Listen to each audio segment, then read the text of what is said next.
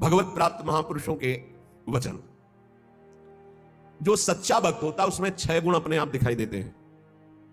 ध्यान दीजिएगा, भगवान के मार्ग में चलने वाले सच्चे भक्त में ये 6 गुण दिखाई देते हैं। क्या? पहला, वो सदैव परहित में ही रत होता है, स्वसुख वांछा उसमें नहीं होती, उसका मन और इंद्रियां उसके अधीन होती।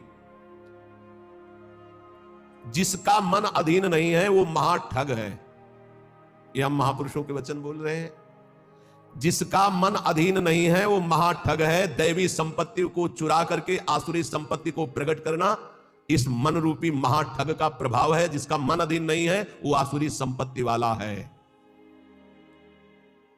नाना प्रकार से सत भजन रूपी धन का अपहरण करवाता है मन काम क्रोध आदि से मिल करके। इसलिए जो भक्त होता है सबसे पहले इस महाठग को अपने अधीन करता है, मन को। उसकी हर बात का अनादर करके, सदगुरु की बात से इस मन को वश में किया जाता है, मन की बात का अनादर करके।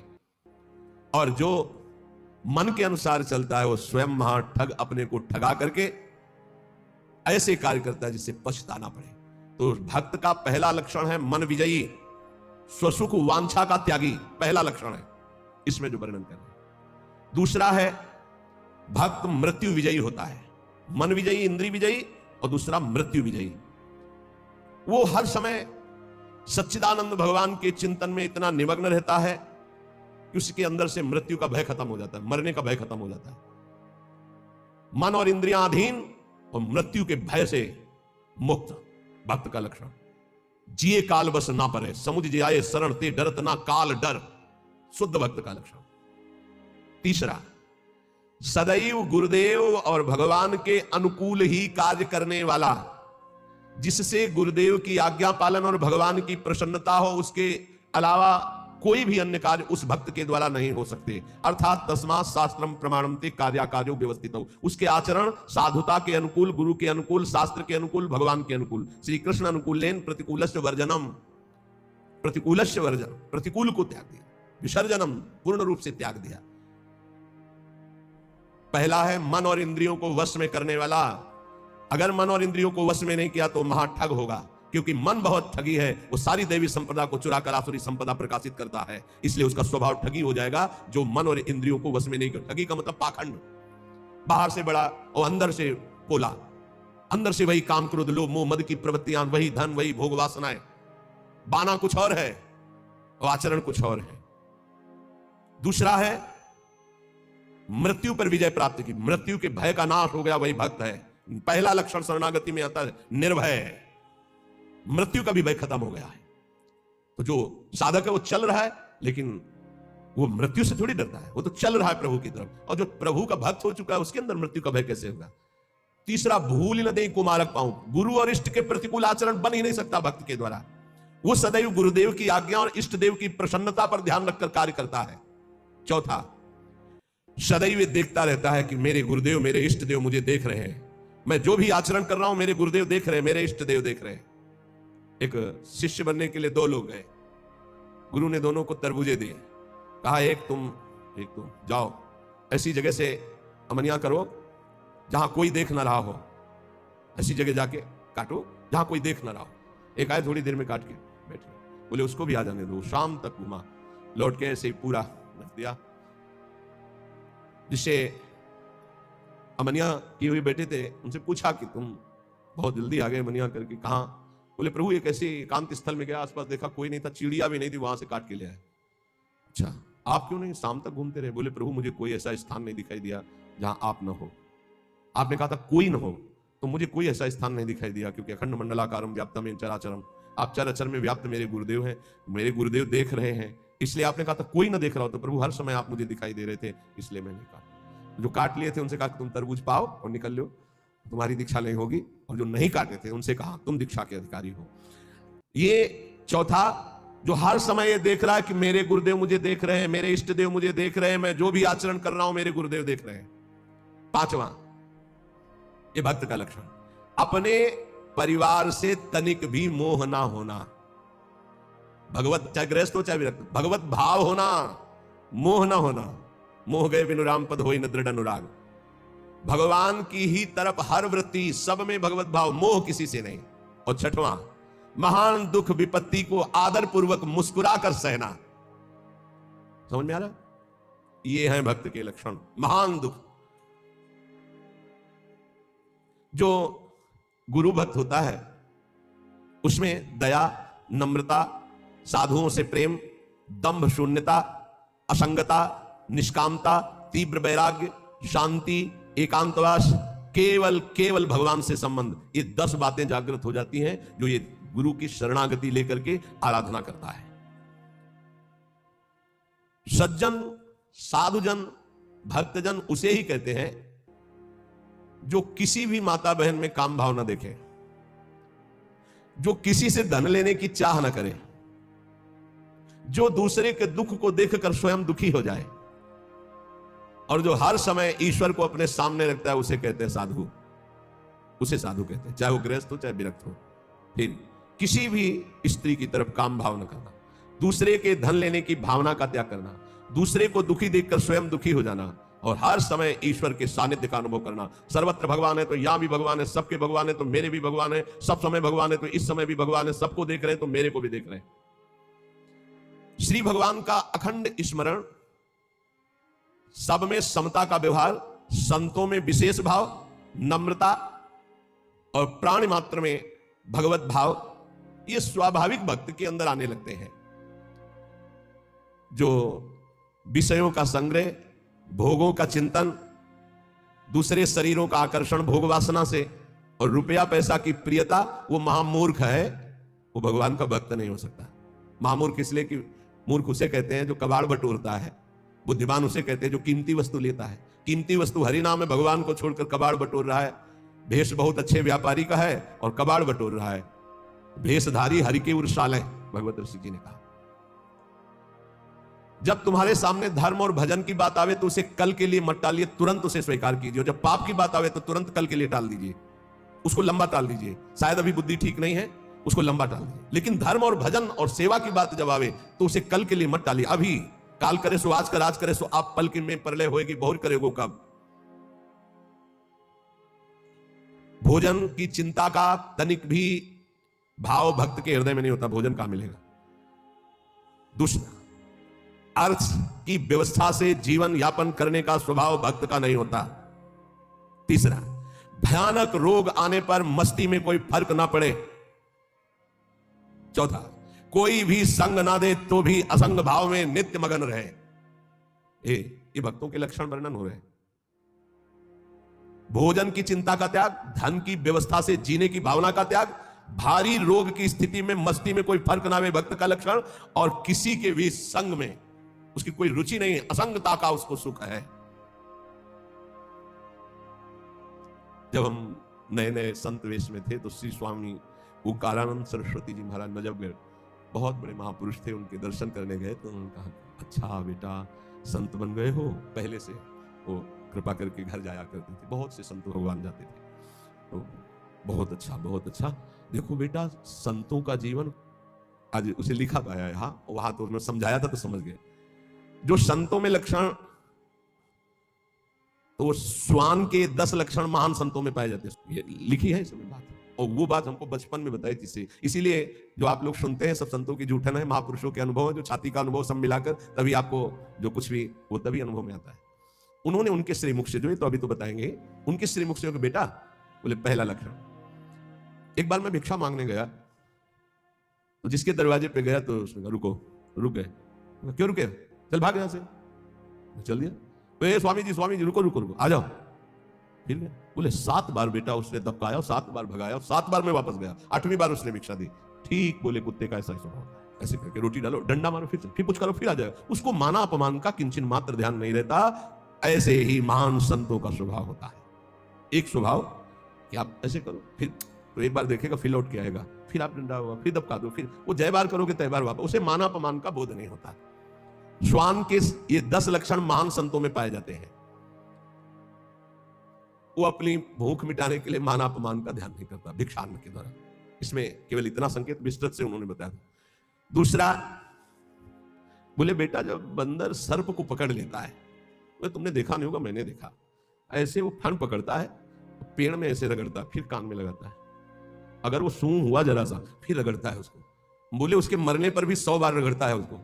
बोले मैंने देखा। बोले दूसरा लक्षण, संत कहे कि वो अपने मन को ऐसे रगड़े जैसे बंदर सांप को रगड़ के मारता, मारने के बाद भी 100 बार रगड़ता है।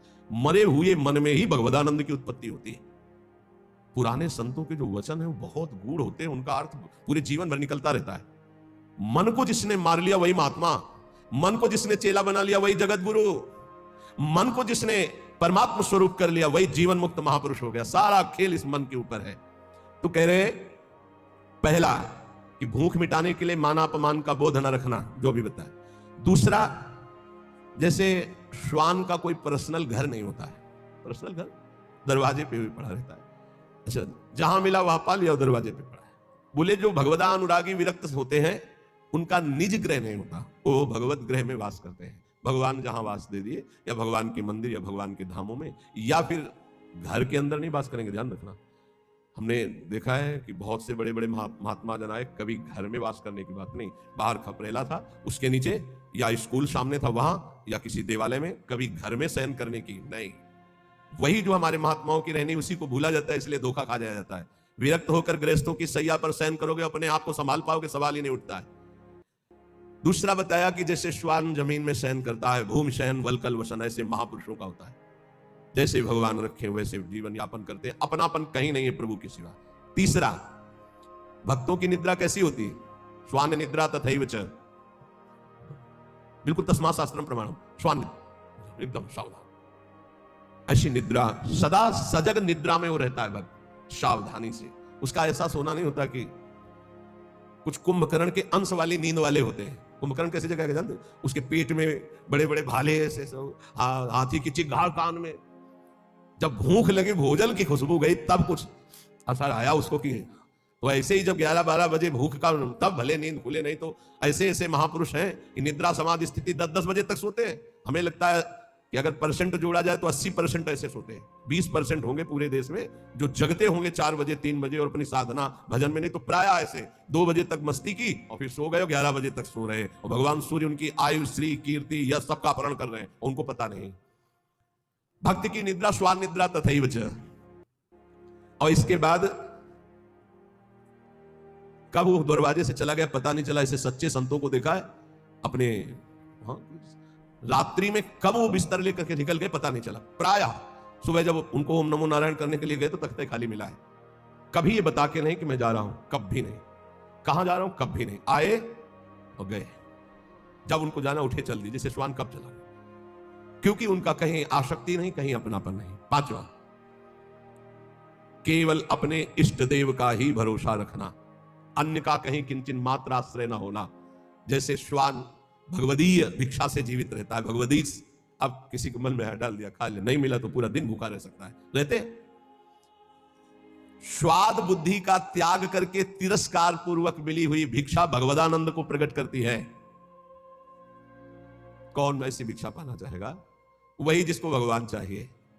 स्वाद रहित तिरस्कार पूर्वक, कैसे कुत्ते को रोटी दी जाती है, ऐसे फेंक दी जाती है ना, या ऐसे जमीन में डाल दी जाती है। तिरस्कार पूर्वक स्वाद रहित अन्न भगवदानंद की उत्पत्ति करता है और दीनता का प्रकाश करता है।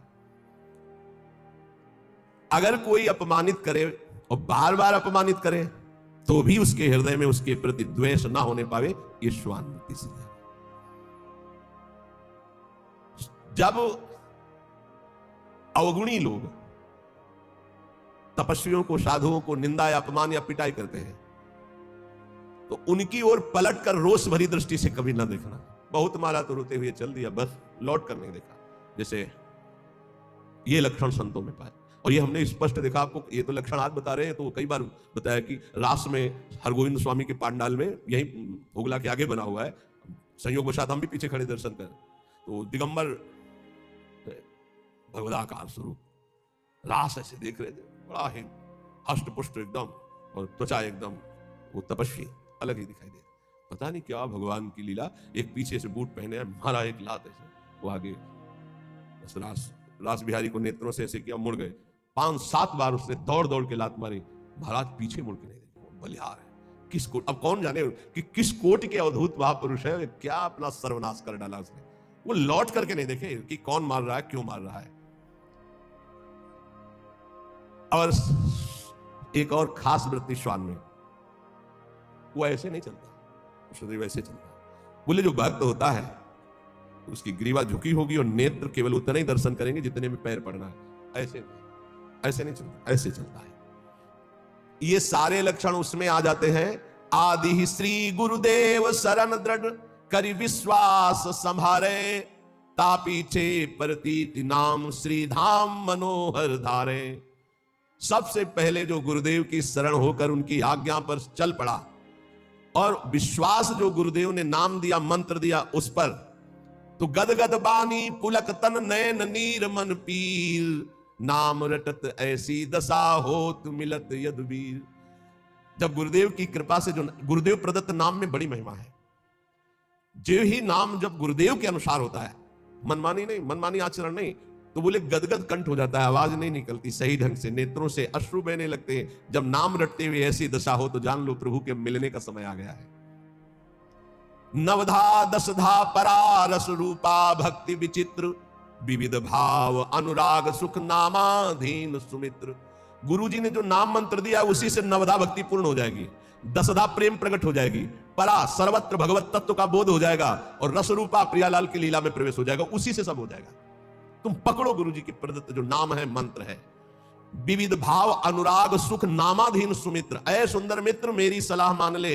गुरुदेव प्रदत्त नाम से नवधा दशधा परा रस रूपा भक्ति विचित्र और विविध भाव अनुराग सुख नामाधीन सुमित्र। जो गुरु प्रदत्त नाम है वो नवधा भक्ति पूर्ण कर देगा, वो तुम्हारे हृदय में दशधा प्रेम प्रकट कर देगा, परा तत्वबोध प्रकट कर देगा, रस रूपा लीला प्रवेश करा देगा, विविध भावों के द्वारा आराध्य देव की सेवा, ये सब नाम से प्राप्त हो जाता है। जौलो रग रग से नहीं सुधन नाम निज सार, निकषत परम प्रकाश में मधुर मोहब्बत यार। ए मित्र, जब तक तुम्हारे रोम रोम में नाम की धड़कन नहीं समा जाएगी तब तक ये मोहब्बत नहीं होगी प्रभु से, प्यार नहीं होगा प्रभु से। इसलिए रटिलो मन मन लीन सहित श्री नाम ही तोलो। सब कलम से एक भक्त ने प्रश्न किया कि दिन दुना रात चौगुना भक्ति बढ़े, ऐसा साधन बताइए। एक ही ऐसा साधन है, मन मन से, बस नाम मन मन से। अगर दिन दुना रात चौगुना भक्ति न बढ़े तो आप हमसे बताइए। ये सब बाहरी सेवाओं का, बाहरी कार्यों का फल है कि आपका अंदर का चिंतन तैल धारावत इष्ट देव में हो जाए। ये पूरे जीवन के लक्ष्य की बात कह रहा हूं। हमारी गुरुदेव भगवान के प्रदत्त यही बचपन से निष्ठा बन गई थी कि एक भी श्वास खाली नहीं जानी चाहिए। बस ये अहोभाग्य कि हमें गुरुदेव भगवान ने बचपन में ही ये सूत्र डाल दिया था, एक भी श्वास सुमिरन के बिना जाए तो धिक्कार तुम्हारे जीवन। तो ना माला में ना गणना में, इस पे हमारी कभी रुचि नहीं रही। गायत्री जी के सिवा गायत्री अनुष्ठान के लिए जो नियम दिया गया था उसमें गणना थी कि उसका पुरस्चरण पूरा करने के लिए इतने माला, इतने घंटे, वो छोड़कर इसके अलावा कभी गणना में नहीं बुद्धि रही, श्वास में बुद्धि रही। बोले जब मन और मन, मन और मन दो मन है, एक है जो असत मार्ग में जाता है और एक है जो सत मार्ग में। वही मन जलता है कि मैंने ऐसा क्यों किया, और वही मन करवाता है। तो मन मन दोनों, हमारा जो असत मार्ग का मन, सत मार्ग का मन, जब दोनों एक होकर केवल मन नामाकार हो जाए, दो मन से सौदा होता है। कर लूं क्या यार, ये करना सही रहेगा कि नहीं रहेगा, नहीं कर, नहीं सही रहेगा, नहीं यार कर लेते हैं। ऐसे प्रत्येक कर्म जो होते हैं संकल्प विकल्प करके, संकल्प विकल्प खत्म, एक निश्चय पक्का बुद्धि का कि नाम ही सर्वोपरि है। अब वो मन मन में निरंतर नाम रहा है। तो बोले फिर जो आनंद प्रकट होता है, वो आनंद एक बार प्रकट होता है, फिर कभी नष्ट नहीं होता, वो बढ़ता रहता है। वो बड़े बड़भागी जन है जो इस नाम में अपनी रुचि कर पाते हैं।